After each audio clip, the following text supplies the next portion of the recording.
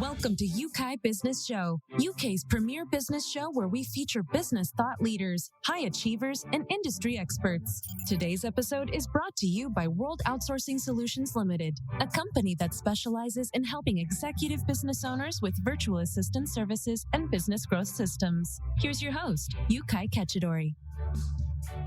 Hi, ladies and gentlemen. Thank you so much for joining us here on this very special episode. And today, I'm privileged to have back on the show Rebekka Grun, who is a Ph.D. Holder in economics. We once had Rebekka a few weeks ago to talk about the subject of love. And this month, as you know, we are looking at love and specifically dating. Now, why dating? Not too long ago, I received some overwhelming questions from business owners who are looking to get on the dating scene. You know who you are. We are not going to mention your name, but we thought we would do something very special and bring you experts who are doing that. Now, Rebekka, thank you so much for joining us here on the show. Thank you for having me. Incredible. Rebekka is a guest lecturer at Stanford and Georgetown University and has received numerous awards for her research and policy design work. She has worked in many high-profile offices, including working in the UK Prime Minister's Strategy Unit here in the United Kingdom when she was here, and is a devoted wife and a mom, and is based in Washington, D.C., and oftentimes also in Germany, where she also works on an international development project. Again, Rebekka, we are thrilled to have you on the show today. Is there anything else you want our guests to know more about you that I've missed out today? Thank you, Yeukai. No, it's in my spare time, as you know, I'm blogging about the economics of dating and relationships. So I'd like to mention my website, which is www.dateconomics.com. So DATECONOMICS.com. And I gave a TEDx on this topic last November. So that's also a good summary of some key messages that we've been discussing last time and that we're going to build on today. Yes. Guys, if you haven't checked it out, you have to check it out. There is a wealth of information there. I did spend some time looking through in preparation for today's interview, and I think what is covered there could help you if you're looking to improve your life when it comes to dating and getting to that place where you have that loved one in your life as well. Now, for those who haven't come to or who haven't discovered your work, Rebekka, how did you end up having this side gig or working in this area?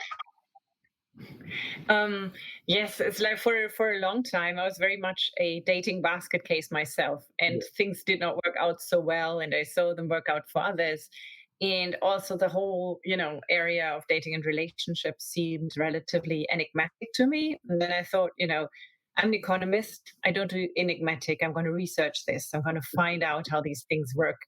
Yeah. And then I realized there is actually a lot of research out there, a lot of relevant economic, sociological, psychological literature that has never been curated, for people to use daily and apply in their lives. And so I thought, okay, that's what I want to do. I want to plow through this, curate it for people, for myself as well, and learn from it. And in the process, I figured out my own love life for happiness, and have been happily married for 12 years, and we've got 3 kids. But at the time, I could not envisage that. So I started researching that and blogging about it, curating it, and never stopped. Incredible, absolutely incredible. And one of the things that stands out for me is that you use the same process, and now you are happily married, and you've been for many years, and you're out there helping others. And today, I'm excited about this because we're going to talk about the mistakes that people make when they think of getting into the dating scene and what stops them from getting the results they want. To get us started, what is the most common mistake that you see people make, and oftentimes they don't even know they're making a mistake when it comes to this, Rebekka? Right. So today we'd said, right, we're going to put the emphasis on maintaining happy relationships, Sure. right? And Right. what are the success factors for happy relationships once you have one? How do you maintain it? And yes, there are several mistakes you can make to jeopardize that happiness. And a frequent mistake, now in our modern times is that the time use between the genders is very different. There are lots of countries that measure how, husband and wife or partners use their time in the house, outside the house, and it's very different, and that's a source of tension.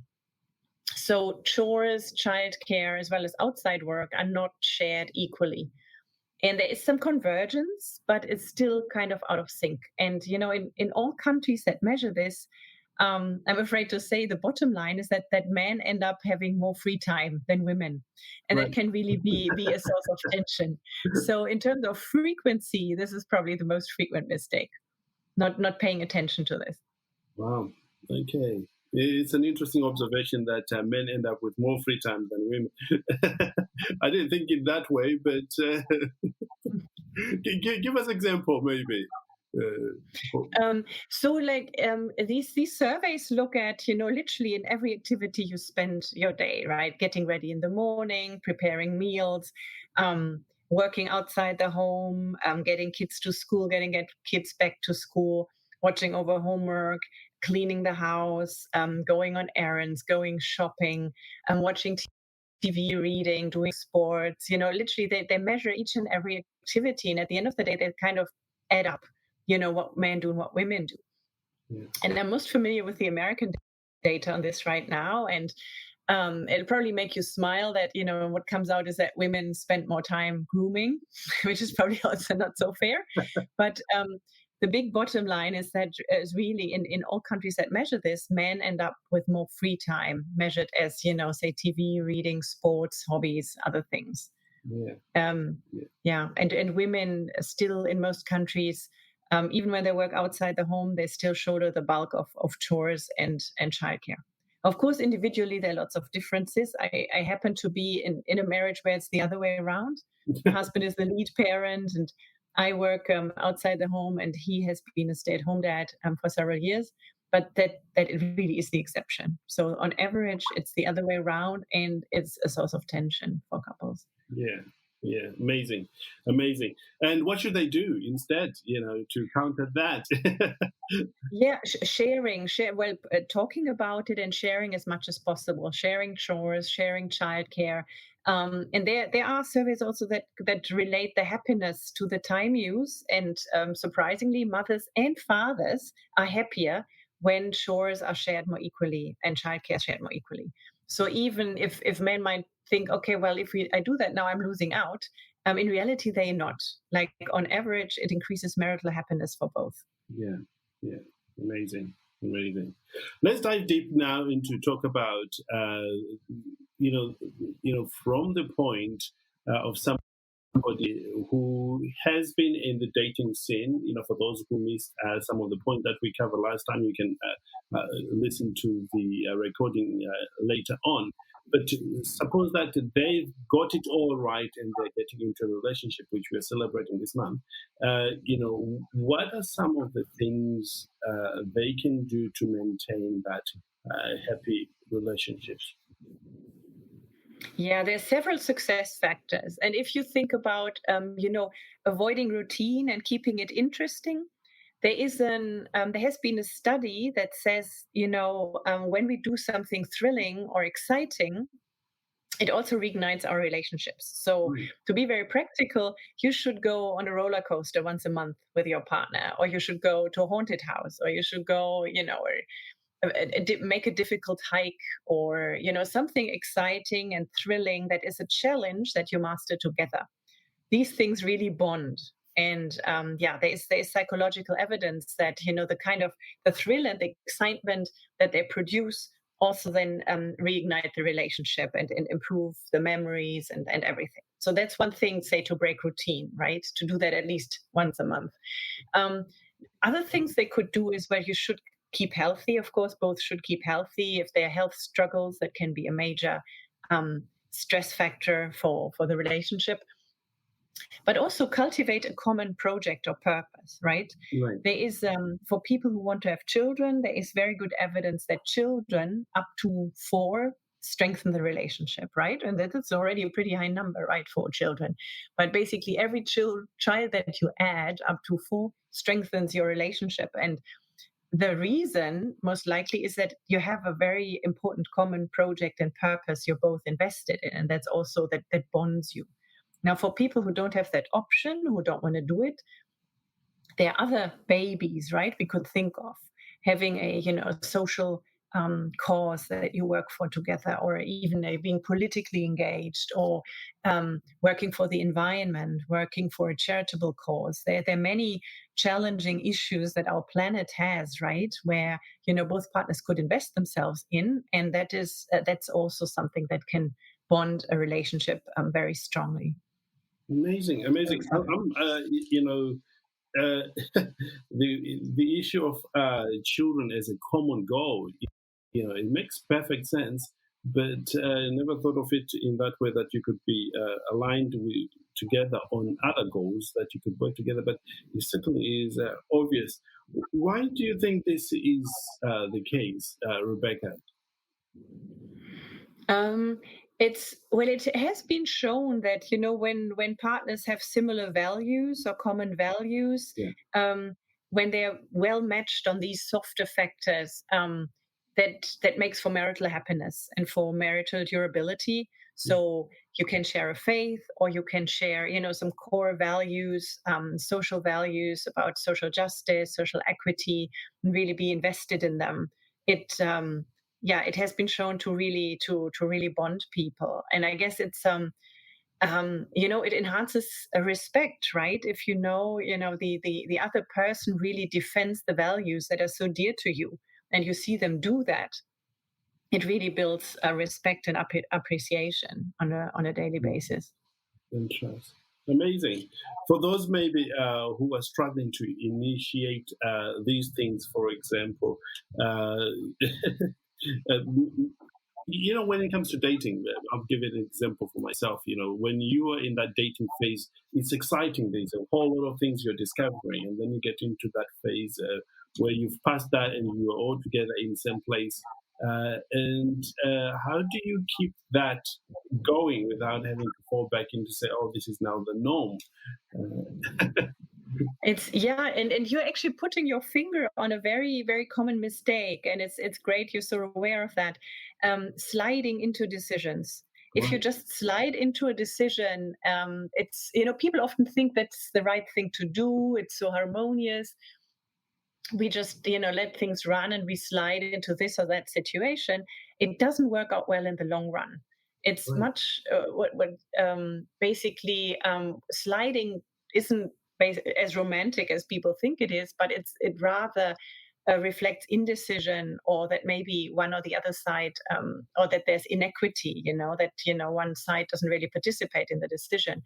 So what should people do instead? Well, Yeah. do the opposite, right? Take conscious decisions, put topics on the table, discuss the hard topics, discuss the difficult questions. And even if the difficult question is insecurity, I mean, if there's a joint decision, if there has been a discussion, it reflects a certain equality in the relationship. It reflects that the decision is on solid columns, right? It's on both shoulders and of both people, and not just one person maybe being a bit pushier and the other one being more insecure and not caring so much, and then you slide into things. There is clear evidence from the University of Virginia, that has shown that if you make conscious decisions, it really makes for long run happiness in the relationship. If you did consciously take the next step, not just oh yeah, we now moving in together and just happened. No, if you move in together, make a conscious decision if that's the right thing or not.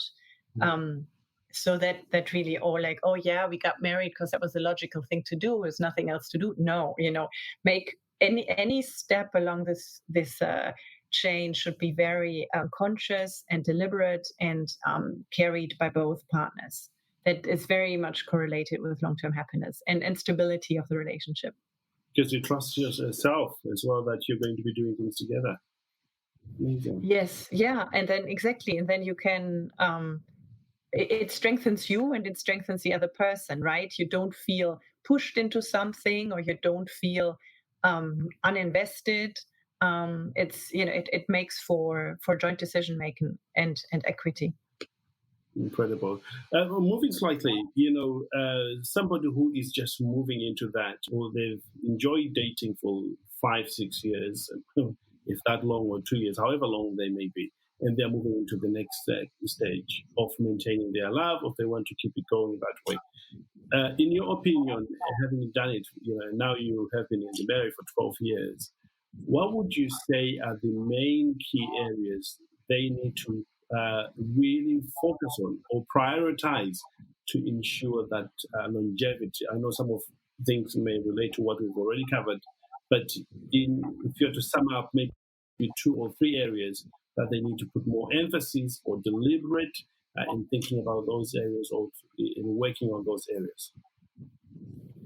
And you think which areas to consider Yeah. before taking the next step? Or okay, yeah, I mean it can change by individual, right? I mean, so ideally before you started dating more seriously, you have agreed with yourself what are, say, 5 binary criteria that you really need in the other person, right?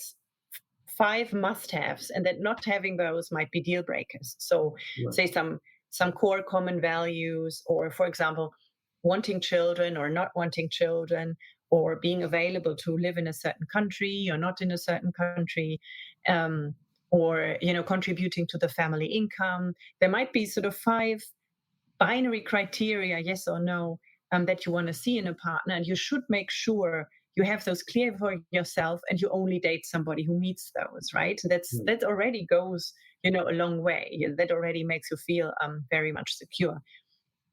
So this basic compatibility, this being a good match, is definitely one area. Then another area is, of course, your freedom in a way and the respect for the people, for each other. So do people respect each other's boundaries? Can you, if for some reason you're not quite safe, can you, or you don't feel secure, can you pedal back? Can you think about things, discuss it? Can you raise issues you're not comfortable with or difficult questions, and can you talk about those, or do you have to walk on eggshells? So this feeling very safe, feeling very respected, having one's boundaries respected, that is in an area that's really, really important for long-term happiness.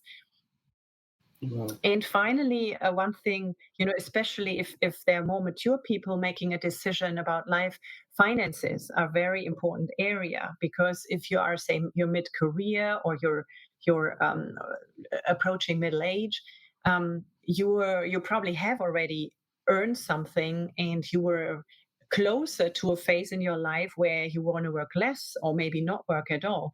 So you want to partner with somebody who would not jeopardize that life project, but support it.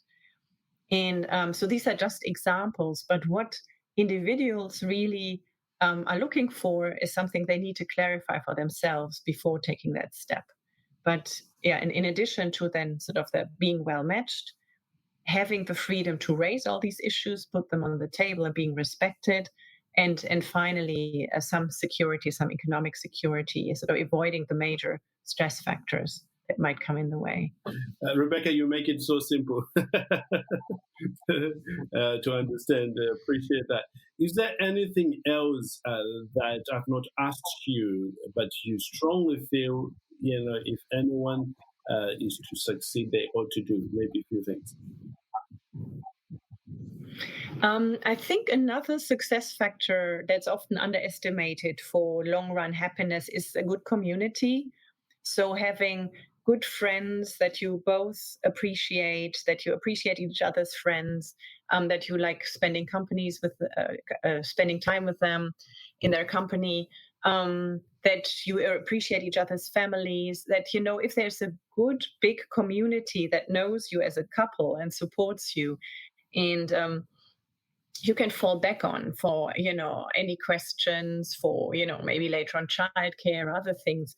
Having this community is sort of an insurance. I mean, it can go both ways. You don't want to give, say, bad influences too much influence, but if you have a good community that is like like your social insurance in a way.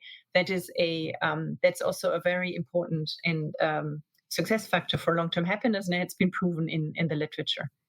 So it's like, even, you can measure it even with the size of the wedding party. If you've got like 100 guests plus, there is a chance that the marriage lasts longer. So there's this big fat Greek wedding effect, is what it's called. Yes. That's very interesting. And if you have got a very small community, you have a lot of work to do, I suppose.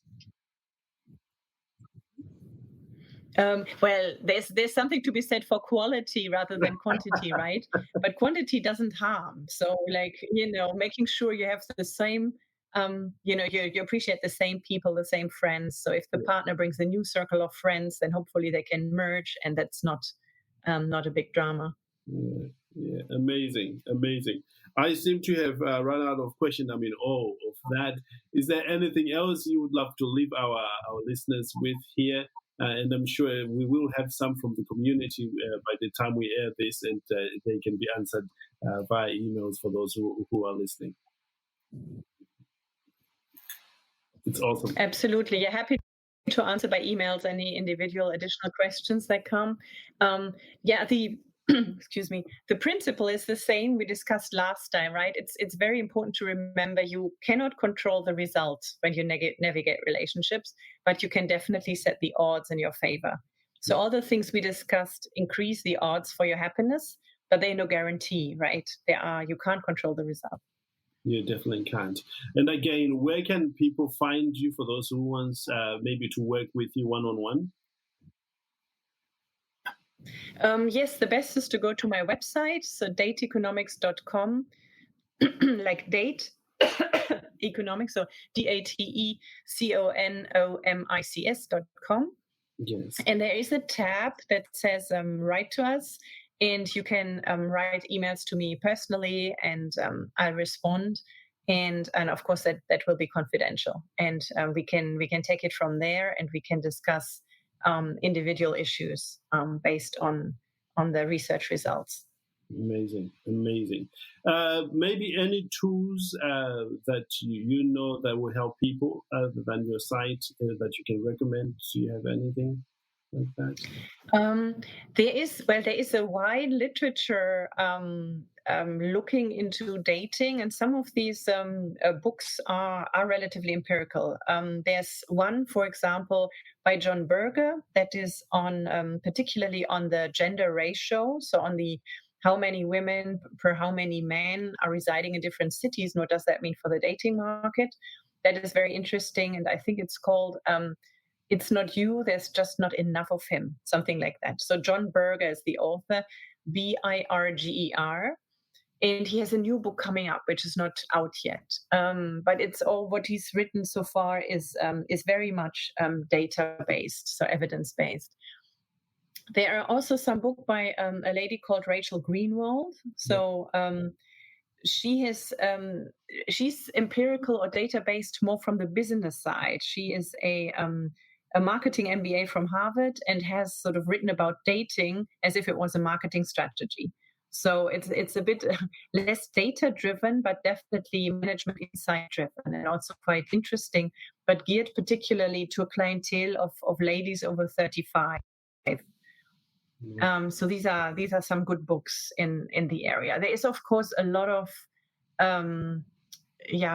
popular science around it, and it's not necessarily very evidence-based. But these two authors work a lot with the evidence, are very evidence-based.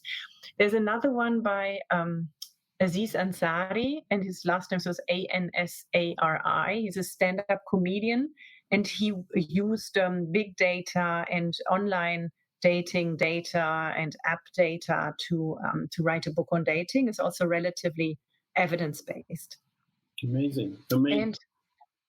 And finally, I wondered, this has been out recently, a book about the history of marriage, but it also has several insights for how we want to create a modern companionate marriage. And the author is called Eli Finkel, Finkel, and he teaches at Kellogg School in the US.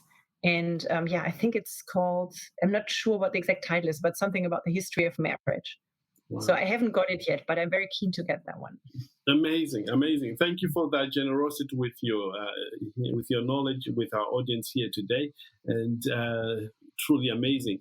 There you have it, guys. If you want to know more about dating and just love in general, and this month, please reach out to Rebekka for more information, or just send us a message in the community, and we'll be able to support you with that. This, I have to admit, this is not my main area, but so the person to help you will be Rebekka. I'll just be pointing you over to the work that she's doing there. So once again, thank you for joining us, and Rebekka, absolute pleasure having you here with us today. For me, thank you so much for having me. Incredible. Bye, everyone, and look forward to having you on another episode soon. Bye-bye. Thank you for listening to Yeukai Business Show. We will be back to bring you more episodes with success stories and advice straight from the experts. Want more? Check out www.yukaibusinessshow.com. Get your free trial of our virtual assistant service today. Just visit www.worldoutsourcingsolutions.com. Quote WOS18 or send us an email at support@worldoutsourcingsolutions.com.